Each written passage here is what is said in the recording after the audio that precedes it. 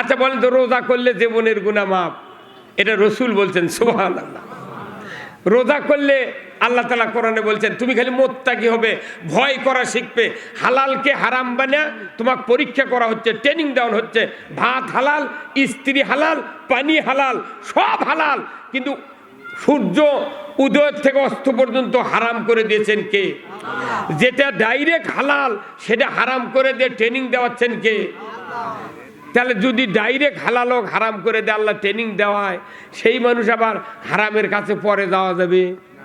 হ্যাঁ, তাহলে এই দেশে সুদ চলে, ঘুষ চলে, জেনা চলে, চুরি চলে, অন্যায় অপকর্ম, মদ, জুয়া সব চলতেছে।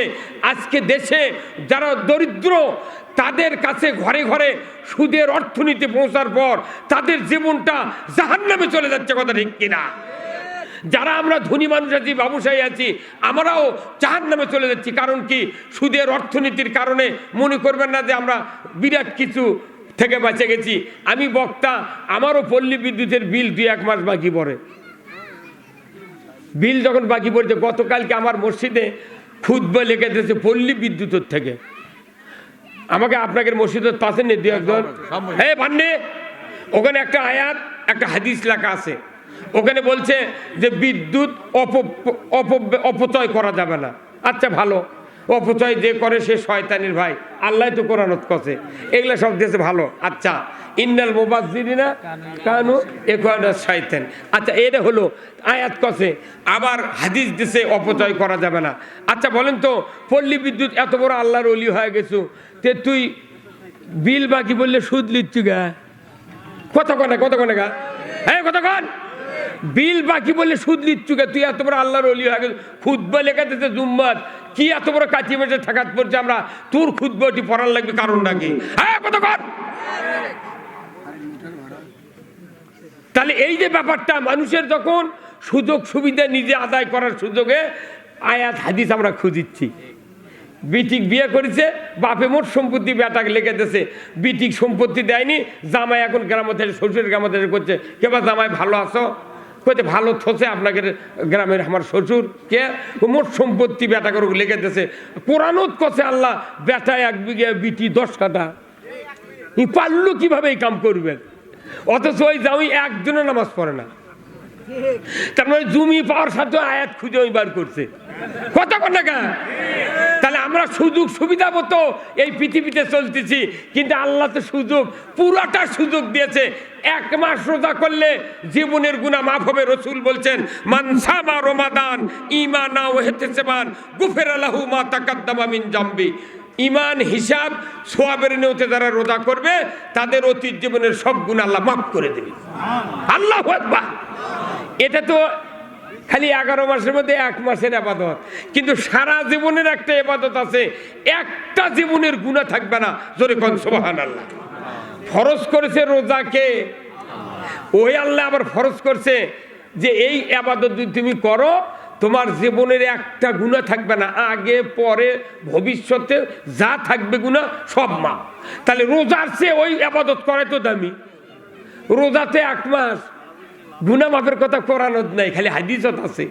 পুরো কোরআন পড়ে দেখবেন রোজা করলে গুনাহ মাফ হবে, শুধু আল্লাহকে ভয়কারী বানাবে, মুত্তাকি বানাবে, তাকওয়া অর্জন করাবে, কথা ঠিক কিনা? এই রোজা করে ট্রেনিং দিল, তুমি আল্লাহর উপর কেমন ভয় রেখেছো? সুদ বাদ দাও, চুরি বাদ দাও, জেনা বাদ দাও, ঘুষ বাদ দাও, দুর্নীতি বাদ দাও, অন্যায় অপকর্ম বাদ দাও। রোজা একবার করলে আর জীবনে কোনোদিন অন্যায় করা যাবে না, কথা ঠিক কিনা? কিন্তু প্রতি বছর 1 মাস করে রোজা করে, 1 মাসে আমাকে দেহটাও জুত করে, আবার 11 মাসে যে কার সেই, কত কোন না? এটা একটা ওয়ার্কশপ চলছে, এটা আমাদের একটা ওয়ার্কশপ। এই 1 মাস আমাদেরকে ঝালাই মালাই করে ড্রেন দিয়ে, জায়গা মেশিন ড্রেন দিয়ে সিজনের আগে জমিত নামায়, যাতে সিজনের মধ্যে গোলমাল না হয়। তে 1 মাস আমাকে পরিশুদ্ধ করে নিচ্ছে, লাইনার পেস্টন ইমেন টেমেন যা আছে সব কমপ্লিট। 11 মাস খালি সহি সালামতে নবীর পথে চলবো, কথা ঠিক কিনা? তাহলে আসুন আমি সেই কথাটা বলবো। আল্লাহ তাআলা কোরআনে বলছেন সূরা আস-সফের 9 নম্বর আয়াত। জোরে কোন কয় নম্বর আয়াত? 9, 10, 11 এই কয়েকটা আয়াতের কথা আমি বলবো, আল্লাহ তাআলা যেন বলার তৌফিক দেয়। জোরে কোন আল্লাহুম্মা আমিন। যে পথে যে কথা শুনলে জান্নাত পাওয়া যাবে, এত বড় দামি কথা কার কোরআনত আছে? কোন এই সেই দামি কথা বলতেছি, এটা আমার কোনো চাপাবাজের কথা নয়। আসুন না, আল্লাহ তাআলা সূরা সফের ঠিক 9 নম্বর আয়াত আল্লাহ তাআলা বলছেন, ইউরিদুনা লিউতফিউ নূরাল্লাহি বিআফওয়াহিহিম ওয়াল্লাহু মুতিম্মু নূরিহি ওয়ালাহু কারিহাল কাফিরুন। কার কথা? আল্লাহ বলছেন ওই কাফেরেরা চায় মুখের ফুৎকার দিয়া কোরআনের আল্লাহর এই নূরকে, কোরআন হলো পুরাটা নূর, কার পক্ষে নূর? কোরআনের এই নূরকে নির্বাপিত করতে চায় কাফেরেরা। অথচ আমি আল্লাহ আমার সিদ্ধান্ত, আল্লাহু মুতিম্মু নূরিহি, আমি আল্লাহ আমার সিদ্ধান্ত আমার নূরকে পৃথিবীময় বিস্তার করি সার্বদরে কোন আল্লাহু আকবার। এর পরীক্ষা আপনারা সবাই শুনেছেন। আল্লাহ যে নূর পাঠাছিল হযরত নূহ আলাইহিস সালামের কাছে, সেই নূর পৃথিবীময় বিস্তার করার দায়িত্ব কার? কিন্তু নূহ আলাইহিস সালাম কিস্তি তৈরি করেছে, করেনি? নূহ নবী পিটিছে, মারিছে, তারা ধরছে, নিজের ছেলে ঈমান আনেনি, স্ত্রী ঈমান আনেনি। কিন্তু দেখা গেল এত আযাবের চোটেন 950 বছর হায়াত পাচ্ছে নূহ আলাইহিস সালাম, ধরে কোন সুবহানাল্লাহ। কত বছর? 950 বছর হায়াত পাওয়ার পর মাত্র 40 জন মানুষ ঈমান আনিছে, দাওয়াত পায়। তাহলে ওরা আরো কি বাট পাড়াছিল কতক্ষণ? ونشهد أن لا إله إلا الله وحده لا شريك له ونشهد أن سيدنا وحبيبنا ومولانا محمدا عبده ورسوله الذي أرسله بالحق بشيرا ونذيرا وداعيا إلى الله بإذنه وسراجا منيرا فقد قال الله تعالى في كلامه المجيد والفرقانه الحميد সবাই জবান খুলে পড়ুন আউযু বিল্লাহি মিনাশ শাইতানির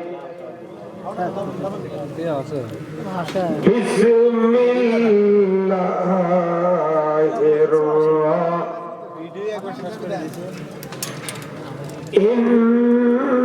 ইন্নাল্লাহা ওয়া মালাইকাতাহু ইউসাল্লুনা আলান নাবী ইয়া আইয়ুহাল্লাযীনা আমানু সাল্লু আলাইহি ওয়া সাল্লিমু তাসলিমা আল্লাহুম্মা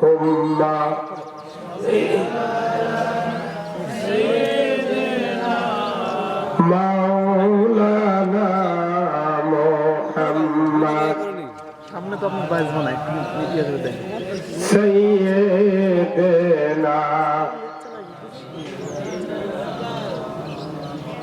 মোদের যেদিন ডাক পড়িবে কবর মাঝে শুইতে রং বেরঙের পোশাক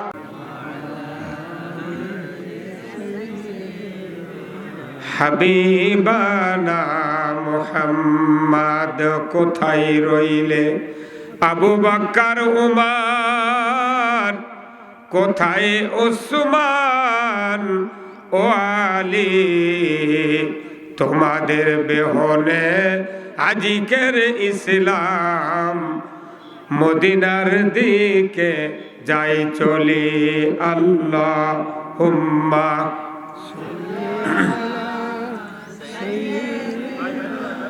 মাওলানা মুহাম্মদ সাইয়্যিদানা রাসূলুনা মুহাম্মদ। আলহামদুলিল্লাহ, আলহামদুলিল্লাহি রাব্বিল আলামিন ওয়াসসালাতু ওয়াসসালামু আলা আশরাফিল আম্বিয়া ওয়াল মুরসালিন ওয়া আলা আলিহি ওয়া আসহাবিহি আজমাইন। আজকের এই ইফতার মাহফিলের সম্মানিত প্রধান অতিথি, বগুড়া জেলা জামাতের সম্মানিত নায়েবে আমির, বারবার নির্বাচিত উপজেলা চেয়ারম্যান এবং বাংলাদেশ জামাত ইসলামীর আগামী সংসদ নির্বাচনের সম্মানিত প্রার্থী, নন্দীগ্রাম, কাহালু, বগুড়া এই 4 আসনের যেনাকে কেন্দ্র থেকে ঘোষণা করা হয়েছে, সাবেক অধ্যক্ষ, 4র্থবার পর্যন্ত উপজেলা নির্বাচিত হয়েছিলেন অধ্যক্ষ মাওলানা তায়েব আলী। আজকের এই মাহফিলে উপস্থিত আছেন বাংলাদেশ জামাত ইসলামীর নন্দীগ্রাম উপজেলা শাখার সম্মানিত সাবেক আমির, সাবেক উপজেলা চেয়ারম্যান মোহাম্মদ নুরুল ইসলাম মণ্ডল, উপস্থিত আমার মেজ ভাই সম্মানিত সভাপতি হযরত মাওলানা রফিকুল ইসলাম, উপস্থিত আছেন সারা বাংলাদেশের আলোড়ন সৃষ্টিকারী বক্তা, বিশিষ্ট আলেমী দ্বীন, ঢাকা বিশ্ববিদ্যালয়ের প্রাক্তন ছাত্র, বিশিষ্ট বক্তা, ওয়াইজিন, টকশো পরিচালক, সম্মানিত মেহমান হযরত মাওলানা আব্দুল সালাম যুক্তিবাদী, ঢাকা। কিছুক্ষণ আগেই বক্তব্য রেখেছেন আমার সিনিয়র ভাতিজা, সুদূর জয়পুরহাট থেকে এসেছেন তো প্রভাষক মাওলানা ফিরোজ আহমেদ সহ সম্মানিত রোজাদার ভাইয়েরা, পর্দার অন্তরালে আমার মা ও বোনেরা, সবার প্রতি আমার সালাম। আসসালামু আলাইকুম ওয়া রাহমাতুল্লাহি ওয়া বারাকাতুহু। কেমন আছেন আপনারা? রমজানের মাস, কথা সংক্ষেপ হবে, কিছু উপস্থাপনার কথা এই জন্য বললাম, যেখানে যারা অতিথি তাদের নামটা যদি মানুষ না শোনে দেখতেও খারাপ লাগে, কথা ঠিক কিনা? তা আমি আপনাদেরকে কিছু কথা বলবো যে এই পৃথিবী সৃষ্টি করেছেন কে? আল্লাহ। একটু জবাব দিতে হবে। এই পৃথিবীতে আমরা যত মাহফিলে বক্তৃতা দিই, মাহফিলের কর্তৃপক্ষ হিসাবে যারা আছেন, আমরা একটা করে পত্রিকা পোস্টাল ছাপাই না? পোস্টালের লাস্টে লেখা থাকে যে উক্ত মাহফিলে আপনারা দলে দলে যোগদান করিয়া দুজাহানের কামিয়াবি হাসিল করুন। এই কথা বলেন না, ঠিক কিনা? কি লেখা থাকে শেষে? উক্ত মাহফিলে দলে দলে যোগদান করিয়া দুজাহানের কামিয়াবি হাসিল করুন। তো দুজাহান মানে কি বলেন তো? 2 জাহান, তাই না? দুজাহান মানে 2 জাহান। তাহলে লেখে ঠিকই 2 জাহানের কথা শোনার জন্য, 2 জাহানের কামিয়াবি হাসিলের জন্য লেখে, কিন্তু বক্তৃতা দিবার এলে তখন বক্তা ব্রেক ধরে যে না, দুনিয়ার কোনো কথা কোয়া যাবে না, তুমি খালি কবর আর আকাশের কথা কও। এই কথা ঠিক কিনা? আচ্ছা বলেন তো, এটা জাহান হলো 2টা আর জগৎ হলো 3টে। একটা জগৎ হলো ঊর্ধ্ব জগৎ, মধ্য জগৎ, নিম্ন জগৎ। এই জগৎ হলো 3টে। ঊর্ধ্ব জগৎ হলো প্রথম আসমান থেকে সিদরাতুল মুনতাহা আরশে আজিম পর্যন্ত, আর মধ্য জগৎ হলো আসমান আর জমিনের মাঝখানে, আর নিম্ন জগৎ হলো কবর থেকে আখিরাত পর্যন্ত। বলেন তো, আপনাদের কাছে বিচার দিই, এই 3 জগতের মধ্যে কোন জগৎ দামি?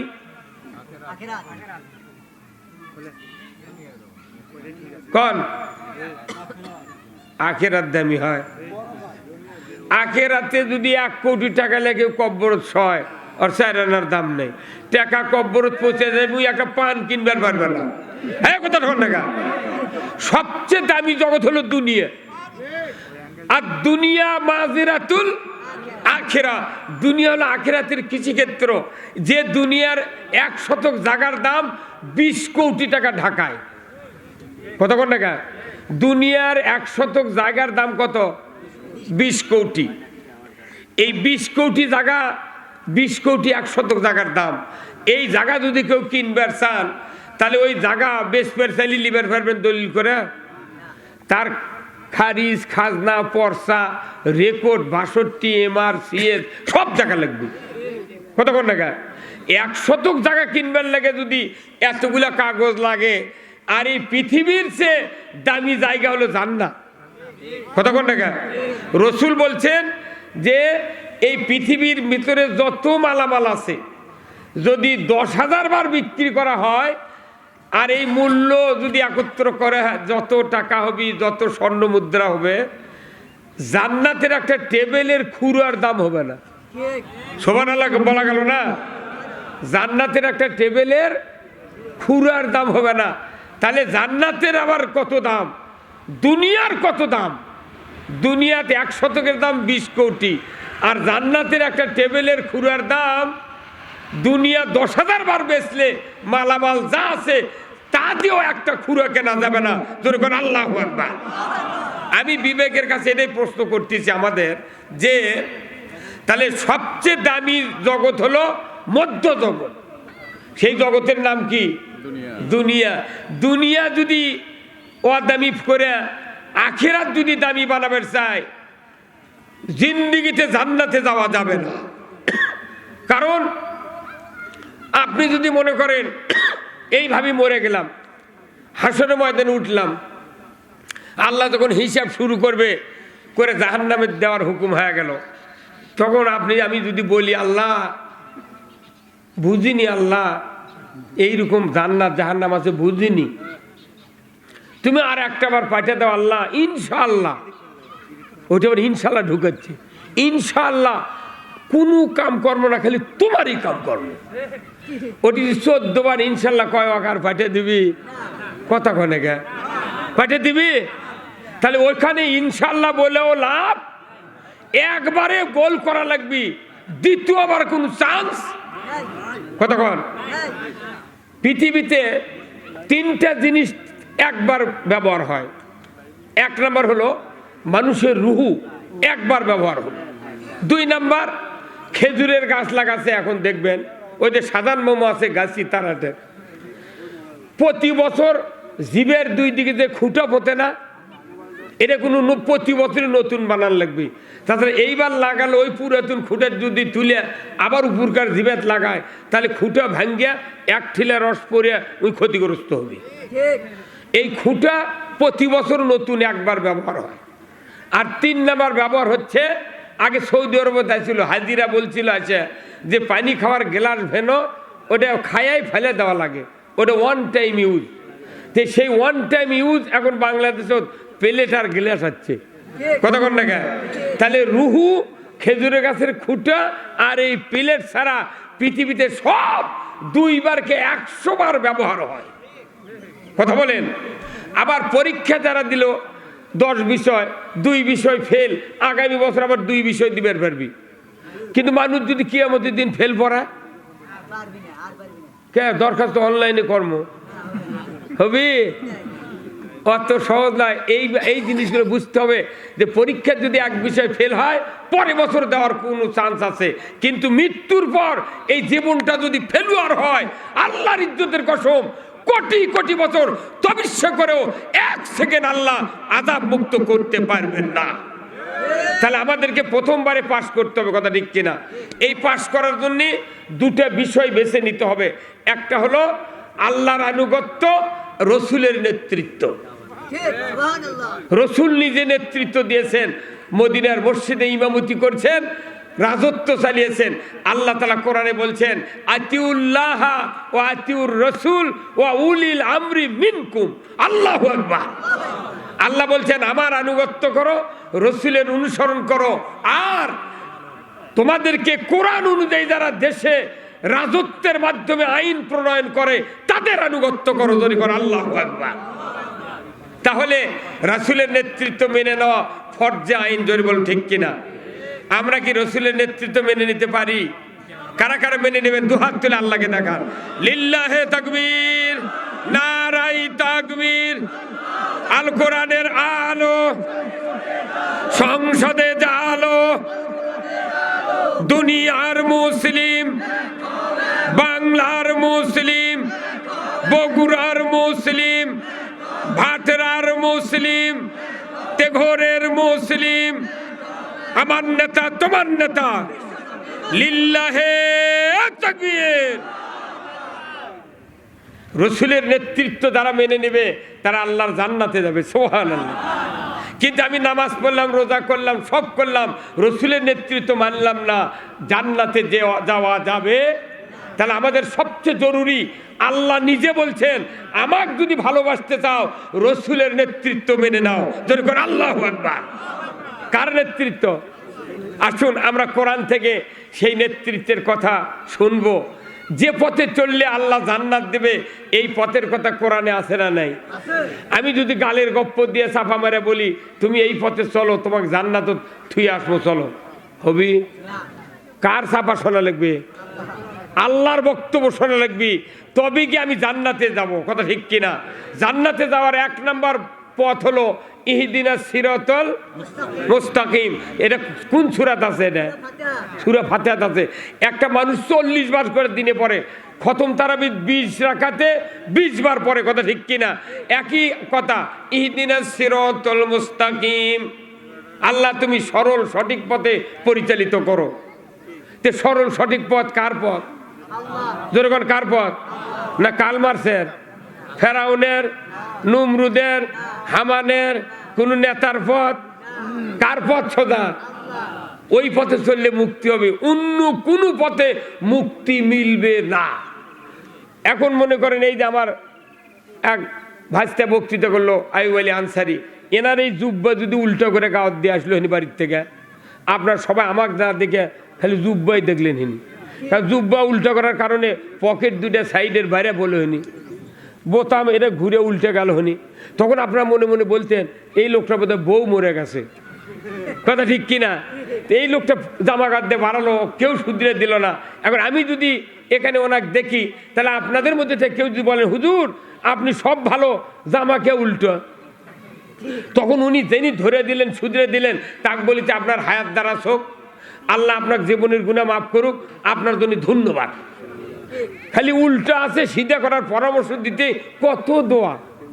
তাহলে এটা হচ্ছে জামা উল্টান সিধা করার পরামর্শ দেওয়ার কারণে আপনি এতগুলো দোয়া পেলেন, নিয়ামত পেলেন। আর আমার আল্লাহ বলছেন তুমি যে ইহদিনাস সিরাতাল মুস্তাকিম, আল্লাহ তুমি সরল সঠিক সিধা পথে পরিচালিত করো। বলুন তো, সরল সঠিক সিধা পথে পরিচালিত করার কথা, পরিচালিত হওয়ার কথা, ওই সঠিক পথে চলার কথা নবী রাসূল বলেছিলেন। কথা ঠিক কিনা? হযরত ইব্রাহিম আলাইহিস সালাম বলেছিলেন নমরুদ আগুনত ফেলে দিয়েছে। কথা ঠিক কিনা? মুসা আলাইহিস সালাম বলেছিলেন ফেরাউন তারা ধরে 12টা রাস্তার ভেতর দিয়ে আল্লাহ দরিয়ার ভেতর পার করে দিয়েছেন। কথা ঠিক কিনা? আল্লাহ রসুল আপনার আমার নবী সিধা পথে চলার কথা কয়ে মক্কার লোকের চোখের বারু হয় মক্কার থেকে হিজরত করে মদিনায় যাওয়া লাগলো। রসুল কি অপরাধ করেছিল? আল্লাহ রসুল খালি বলছেন চাচা আবু জাহেল তুমি যে পথে চলছো এই পথ উল্টো পথ, আর আমার পথ সিধা পথ। কি তুমি নবী হবে তা আমাকে চিঠি দিয়ে আল্লাহ জানাবি না? রসুলক বানাচ্ছে নবী, আর আবু জাহেলক বলে চিঠি দিয়ে পাঠান লাগবি। কি মরো দুই রে কথা কন। এখনকার সমাজের অবস্থা হয়ে গেছে তাই। হয়তো গরিব মানুষের বেটা এনা বক্তা হচ্ছে, মুন্সি হচ্ছে, তাই কোরআন হাদিসের কথাগুলো কয় তুই কোনটিতে শিখেছো? কথা কন, তুই মুন্সি হলে না মানা যাবি? আর আমি তো ওই জন্যই কই যে ধনী মানুষের বেটা যদি খালি বক্তা হতো, আলিম হতো, ধনী মানুষের বেটা যদি নফল ইবাদতের কথা বলতো, সমাজের মানুষ বলতো এটা ফরজ। কথা ঠিক কিনা? আর আমরা যখন বলিচ্ছি গরিব মানুষের বেটা তখন বলে, তখন কই আমার তুমি তুই বাগি করে খাচ্ছ। কথা কন না কে? তুই আবার কথার দাম দেওয়া লাগবি। কথা কোন এটাই হচ্ছে। ও ওই সময় আবু জেহেল যা করছে আজ পর্যন্ত নয়, কিয়ামত পর্যন্ত বড় ময়দানে সেই কথাই হবে। কথা ঠিক কিনা? তাহলে আমরা এইরকম কথা শুনে কি ঘরের মধ্যে বসে থাকবো, না কোরআনের পক্ষে কথা বলবো? আল্লাহ তাআলা কোরআনে বলছেন যারা কোরআন থেকে কথা চিন্তা, ওরা আবার নবীর নূহ আলাইহিস সালামের জামানার লোক কি বাট পারেছিল যে একটা 950 বছর নবী দাওয়াত দিতে মাত্র 40 জন ঈমান আনছে। ওরা কি বদমাইশা ছিল রে। কথা কনে পারে শেষ পর্যন্ত মনের দুঃখে বিগারে নূহ আলাইহিস সালাম কছে আল্লাহ এই জাতি আমার দরকার নেই, একবারে শেষ করে দাও। তখন করছে যে তাহলে তুমি নৌকা বানাও, কিস্তি বানাও। কিস্তি বানাচ্ছে, বানানোর পর দেখা গেল ওরাই পায়খানা করে কিস্তি ভরাচ্ছে। ওরা আবার নবীর কাছে দরখাস্ত করছে, তুমি কি দিয়ে চলবে এই মরুভূমির মধ্যে? কয় না, আল্লাহ আছে। আল্লাহ তখন নূহ আলাইহিস সালাম কাছে, তুমি মন খারাপ করো না, যারাই ভরে ফেলতেছে পায়খানা করে ওর কুরুক দিয়ে সাফ করে নেবো। কারণ এখন তো আলকাতরা নেই, গাবের গাছ নেই, তোর তক্তা দিয়ে ফাইটা মরুভূমিতে কতদিন থাকবি তুই জানিস? তুই হাগিছে লোক করে থাক। কয়েকদিন পর তখন ওরা পায়খানা কেউ সব ভরে গেছে, তখন একটা কানা লোক নিয়ে এসে, কানা লোক করছে, তোরা সবাই নুহুর পায়খানা কিস্তির পায়খানা করে তোরা স্বর্গত গেলু, তাহলে আমি অন্ধ দেখে আমার না শখ হয় না স্বর্গত যাওয়ার? উনি আবার হাত ধরে নিয়ে একজন নিয়ে চলে গেছে, নিয়ে মাথা কাটো দই কান্দাত বসে থুয়ে পায়খানা করতে করতে একটা পাও সরাতে, কানা মানুষ তো গুড়ে তো সামান্য 4-5 ইঞ্চি ওষার, ওটি থেকে ধুপপুত করে মধ্যে পড়ে যা, কিছু খাসে ঢুকি মারে উঠে চোখ খালিঙ্গে ডলিছে, অন্ধ কুষ্ঠ রোগের ব্যারাম, চোখ ভালো হয়ে গেছে, গাও থেকে হাঁসর দিয়েছে, খালি টল টলে একটা গুদির দিয়ে গাও দিয়ে বাড়িতে গেছে, বউ চিনবার পারেনি, এই তুই কে ঝাঁটা দেবে বাড়ি তখন করছে। হাদিসে এসেছে যে ওই লোকের এই বাম হাতত কিনি লোকের একটা কালো দাগ ছিল, ওই দাগ দেখে চিনবার পাশে যে এই যে আমি কোনো তোর স্বামী কাকা, এই ঘটনা নূর কিস্তির যা পায়খানা খাসি গাওত মাগিছে, আমার এই অবস্থা আল্লাহ ভালো করে দিচ্ছে। ওই না দেখে ঝিনাই দেওয়ার পানি আনবার লাগিয়েছিল, তারপর টাকুরার কেদারে গাছের পানি, হ্যাঁ কথা কোন টাকা এগুলা পানি দেখে কুন্দু গ্রামের এক পুকুরের পানি আনবার লাগিয়েছিল। ওই টাকা খরচ করে যা পয়লা দিন কষে, ভাই একটু চাপে আসেন, একটু চাপে আসেন, একটু চাপে আসেন, লা ইলাহা, ভাই একটু যাবেন, লা ইলাহা লা ইলাহা লা ইলাহা রাসূলুল্লাহ। এখন একের ওরা বালতি পাল্লা বোতল এগুলো নিয়ে এসে ধুয়ে মোটে একের যাই পায়নি, পরে মল পায়খানা তখন পায়নি, ওই পানি দিয়ে ধুয়ে কাপড় দিয়ে হাসিনে নিয়ে চলে গেছে, দেখে দেখে কাঠ খালি কালি হয়ে গেছে। তখন আল্লাহ নূহ আলাইহিস সালাম করছে, তুমি যে মন খারাপ করছিলে, এই মরুভূমিতে তক্তা ফাটে গেলে তুমি ভেজা ফেললে হেনে পানি আট কর্নরে খালি কালি হয়ে গেছে। যারাই পায়খানা করলো তারাই খালো, কথা ঠিক কিনা? তাহলে এমনি করে নূহ আলাইহিস সালামের পর নমরুদ আসলো পৃথিবীতে, পুরো পৃথিবীর বাদশা। 4 জন বাচ্চা ছিল পৃথিবীতে, 2 জন ইমানদার, 2 জন কাফের, একজন নমরুদ বক্তে নসর, 2 জন কাফের, আর একজন বাদশা সুলাইমান, একজন জুলকারনাইন। এই ইতিহাসগুলো জানা লাগবে। আল্লাহ 4 জন মানুষের শাসন পুরা পৃথিবী দেখাইছেন। এখন নমরুদ যখন সারা পৃথিবীর বাদশা, আমাকে তো এগুলা 56,000 বর্গ মাইলের বাদশা, আর পৃথিবীর সূর্য অস্ত উদয়ের থেকে বাদশা নমরুদ। এই নমরুদের সময় ইব্রাহিমের বাপ বিয়ে করেছে, ওর মায়ের কাছে সুবের দেয়নি, যে না ওই ঠাকুর কছে যে ইব্রাহিম নামে একটা সন্তান জন্মিবি, এই আজর হবি তার বাপ, তে আজর তোমার বাড়ি, তুমি আবার মূর্তি বানানোর ইঞ্জিনিয়ার, ওই কারিগর, ওই তো ওকে একটা বিয়ে দেওয়ার পর নমরুদ জানবার পাশে সেই দিন থেকে অগলে আটকে থতে, তোর বইয়ের কাছে যাওয়া যাবে না, তাহলে কোনো ইব্রাহিম আসবি। অথচ আল্লাহর কুদরত বিরাট ঘটনা আমি শিখলাম, কোরআনে আছে, আমি আর বলবো না। কারণ ইব্রাহিম আলাইহিস সালাম যখন নমরুদ ফেলে দিয়েছে, 40 দিন আগুনের মধ্যে লেটা করে বসে আছে। আল্লাহু আকবার। ওই নমরুদের প্রাণ কি, যে ইব্রাহিম যদি আসে পৃথিবীর, তাহলে তো আমার ধর্ম থাকবে না, নমরুদের ওই আল্লাহর ধর্ম বিজয় লাভ করবো। অতএব এক আগুনের দিয়ে পুড়ে শেষ করা লাগবে।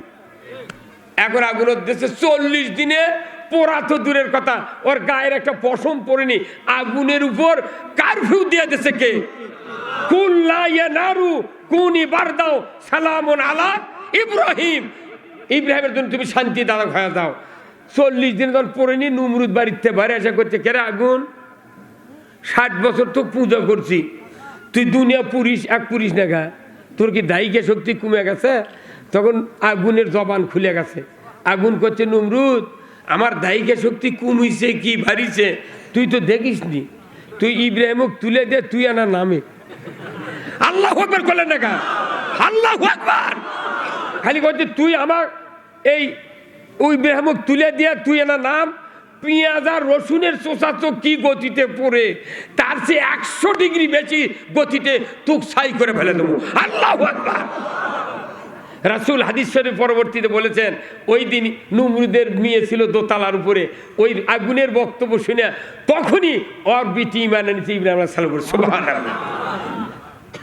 আবু জেহেল চেয়েছিল যে মুহাম্মাদের এই নূর কথা দাওয়াত এই মক্কাতেই শেষ করে দেবো, কিন্তু পারিছে? মদিনায় চলে গেছে। মদিনায় হাজার হাজার মানুষ আনসারেরা রসুলকে কোলে করে নিয়ে, বুকে করে নিয়ে তারা নিরাপত্তা দিয়েছে, কথা ঠিক কিনা? এই যে আমরা তলবিয়া পাঠ করি মিলাদের পর, তলা আল বাদরু আলাইনা মিন সানিয়াতিল বিদাই ওয়াজাবাত শুকরু আলাইনা মাদা লিল্লাহ হেদাই।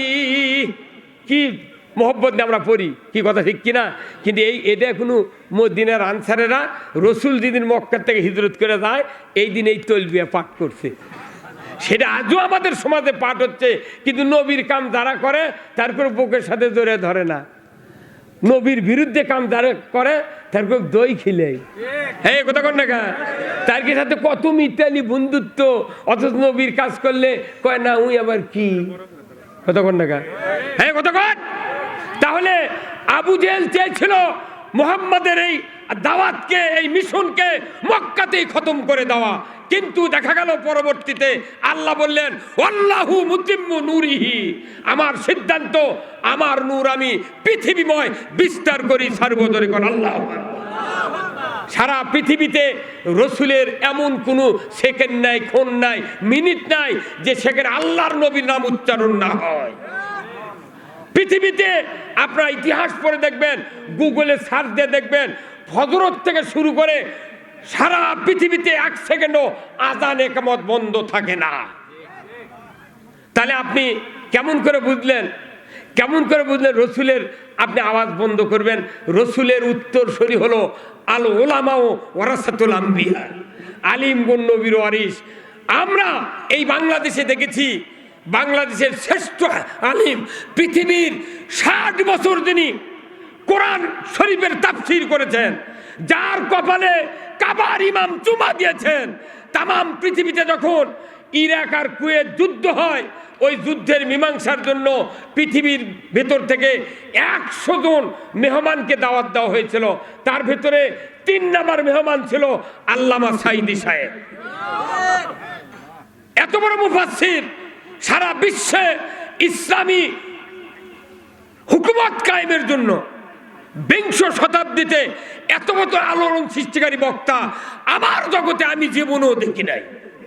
সারা পৃথিবীতে, সৌদি আরবে 18 সালে গিয়েছিলাম, সাঈদীর কথা কলি বুকের সাথে বুক মিলে। আর কত নেতা নেত্রীর কথা শুনলে থুতা দেয়, কথা কন না কে? আরবিতে কয় হাইওয়ান, আরবিতে কয় হাইওয়ান, খিনজির, এইগুলি কয়। আর আমাকে যখন সাঈদীর কথা বলি, আহা, তখন দেখা যায় মানুষ পাগল হয়ে যায়। আল্লাহু আকবার! এই মানুষটাকে মিথ্যা মামলা দিয়া, রাজাকারের ধোঁয়া দিয়া, ধর্ষণের ধোঁয়া দিয়া তাকে জেলখানায় 13 বছর রাখা হলো।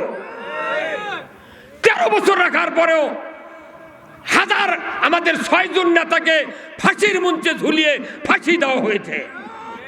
বাংলাদেশ জামাত ইসলামী যদি 20,000 বছর চেষ্টা করে, মাওলানা মতিউর রহমান নিজামীর মতো, মীর কাসেম আলীর মতো, আলী আহসান মোহাম্মদ মুজাহিদের মতো, আর আব্দুল কাদের মোল্লার মতো একটা লোক আমরা তৈরি করতে পারবো না। ওদের ইচ্ছা ছিল ওই আবু জেহেলের, ওই কাফেরের মতো, যে মুখের ফুৎকার দিয়ে এই দেশ থেকে বাংলাদেশ জামাত ইসলামীকে মানে নিভিয়ে দিতে চায়। কিন্তু আল্লাহ বলেছেন আল্লাহু মুতিম্মু নূরিহি, কথা কন না কা? আমরা নিজেরা প্রতিষ্ঠিত হওয়ার জন্য, নিজেরা ক্ষমতা দেওয়ার জন্য আমরা এদেশে বাংলাদেশ জামাত ইসলামী করি না।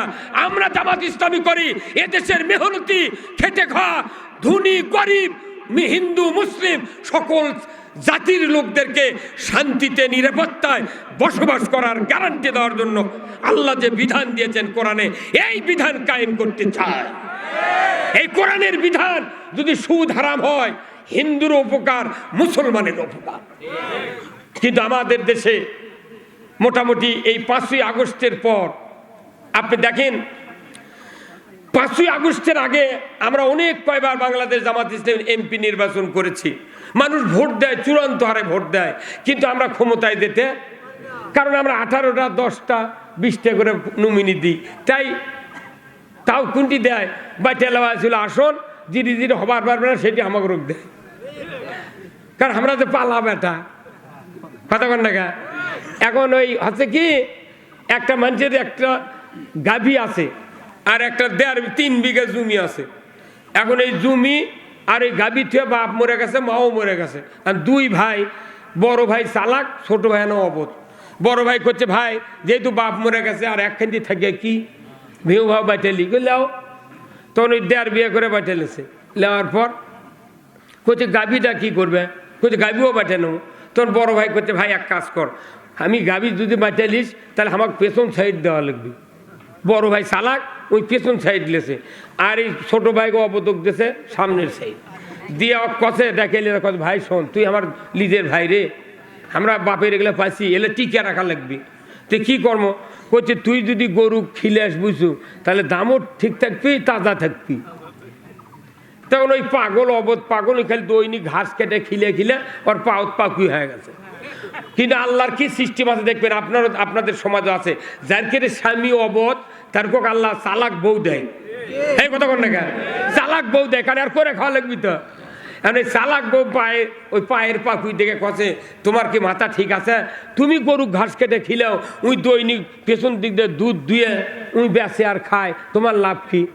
কাল সকালে তুমি কবে ভাই গরু যেহেতু বাঁচিয়ে লিছু তাহলে মধ্যে দিয়ে আমাকে কাটিয়ে দে, আমি গরু ঘাস খিলামো, পেছন দিয়ে গোবর বাড়াবি, আমি ঘুঁটে শুকে বিক্রি করে আমি হাট বাজার করে খাবো।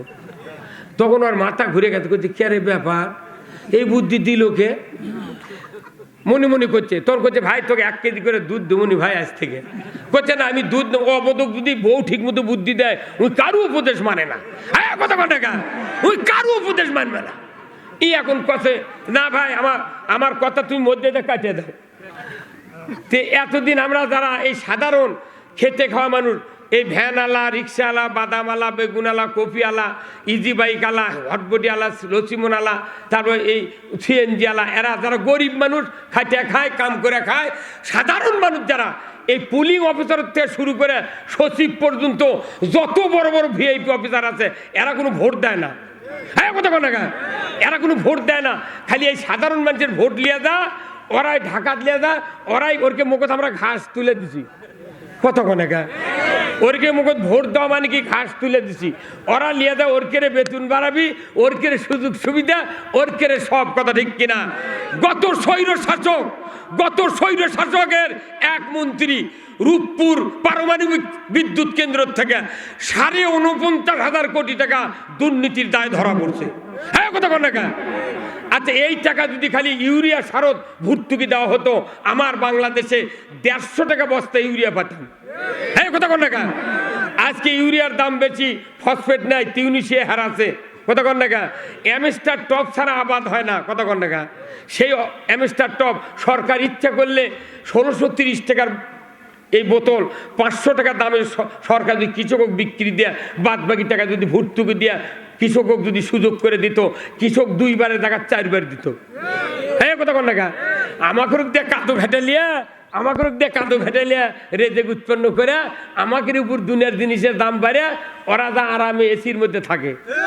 কাল আবার পল্লী বিদ্যুতের উই লিখে দিয়েছে যে 25 শক্তি যদি তুমি এসি চালাও তাহলে 25 পর্যন্ত চলবি, তাছাড়া চলবে না। যে ঢাকা বগুড়া যেগুলো এসি আছে সেগুলো করছো, হ্যাঁ কথা কন না। অতি শরম ধরে, যত দাবি, যত বিচার আইন, খালি গরিবের উপর, কথা ঠিক কিনা? এইবার আগামী নির্বাচনে আমরা গায়ে ভাগ করে লিবার চাচ্ছি, হ্যাঁ কথা কন। এইবার আমরা দেখব আমাদের বাংলাদেশে টেকনাফ থেকে তিতুলিয়া, এইবার আমি 55টা জেলায় মাহফিল করেছি, সারা বাংলাদেশের 55টা জেলায় প্রতিদিন 2-3টা করে প্রোগ্রাম। আমার বগুড়া জেলাতে 70 জন আলেম আছে, আমরা একসাথে যমুনা নদীর ভেতর আমি 25,000 টাকা খরচ করে মিটিং করেছি। শেখ হাসিনার সরকারের ভয়ে আমাকে ধর্মী দেখে নদীর মধ্যে মিটিং করেছি, তাও কোরআনের আওয়াজ বন্ধ করি না। তোমাদের ইচ্ছায় এদেশে কোরআনের আইন বন্ধ হবে না। কতজনকে গুম করেছো, আয়না ঘরে তুলেছো, কত মানুষকে গ্রেফতার করেছো। গতবারে আমি এখানে ইফতার মাহফিল করেছি, করি নাই? খবর থানাত গেছে, যা করছে মাইক লাগান যাবে না। কি কথা? ইফতার মাহফিল করো, বাপের এনে মিলাদ কর্ম, তাও করবে দেবে না। দেশত গরু চুরি হয়, হুন্ডা চুরি হয়, এগুলা তথ্য পুলিশ পায়নি এই 16 বছর। জামাতার বিএনপির কিছু লোকেরা মিটিং করলি, কয়া অমুক জায়গায় গোপন তথ্যের ভিত্তিতে জিহাদি বইসহ সরকারের বিরুদ্ধে নাশকতার পরিকল্পনা করছিল, ককটেল তৈরির সরঞ্জামিদি সহ আমরা গ্রেপ্তার করতে সক্ষম হয়েছি। আজ তো মেলা মানুষ বলছে আয় ধরে লে যা, কাকে বড় তাই আয় ধরে লে যা, কতক্ষণ টাকা আমিয়া। তাহলে আপনারা কি সুখ পাচ্ছেন না? নির্বাচিত সরকার ক্ষমতায় গেলি মামলার হামলা চাপু হয় যায়, ক্ষমতায় গেলি মামলা চাপি। আর আমরা করছি কোরআন ক্ষমতায় যাবে, আমরা যাব না, কোরআন ক্ষমতায় যাবে। যেহেতু ওই কাফেরেরা আল্লাহর নূরকে নির্বাপিত করতে চেয়েছিল, কিন্তু আল্লাহ রসুল ভয় করে নাই, সাহাবারা ভয় করে নাই।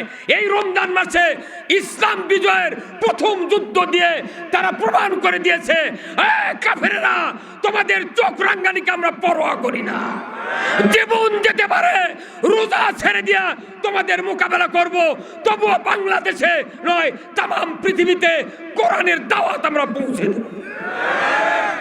আমরা যারা দেখেছি, যারা পীর সাহেবের তরিকা ধরেন আমাদের আপত্তি নাই, তবলিগ করেন আপত্তি নাই, বিএনপি করেন আপত্তি নাই, আওয়ামী লীগ করেন আপত্তি নাই, আপনি জুব্বা গাঁত দেন আপত্তি নাই, কোনো আপত্তি আমাদের নাই। আমাদের খালি একটা কথা, কোরআনের আইন এই দেশে কায়েম হোক। হ্যাঁ, কথা কন না কে? কোরআনের আইন কায়েম হলে 5টা গ্যারান্টি সরকার দেবে, কয়টা? এটা তো আমাকে কোনোদিন কোনো সরকার কয় না। কোরআন শরীফে আল্লাহ বলছেন 5টা মৌলিক চাহিদা মানুষের আদায় করতে হবে সরকারকে। 1 নম্বর খাদ্যর ব্যবস্থা করতে হবে, 2 নম্বর বাসস্থান, 3 নম্বর হলো বস্ত্র, 4র্থ নম্বর শিক্ষা, 5ম চিকিৎসা।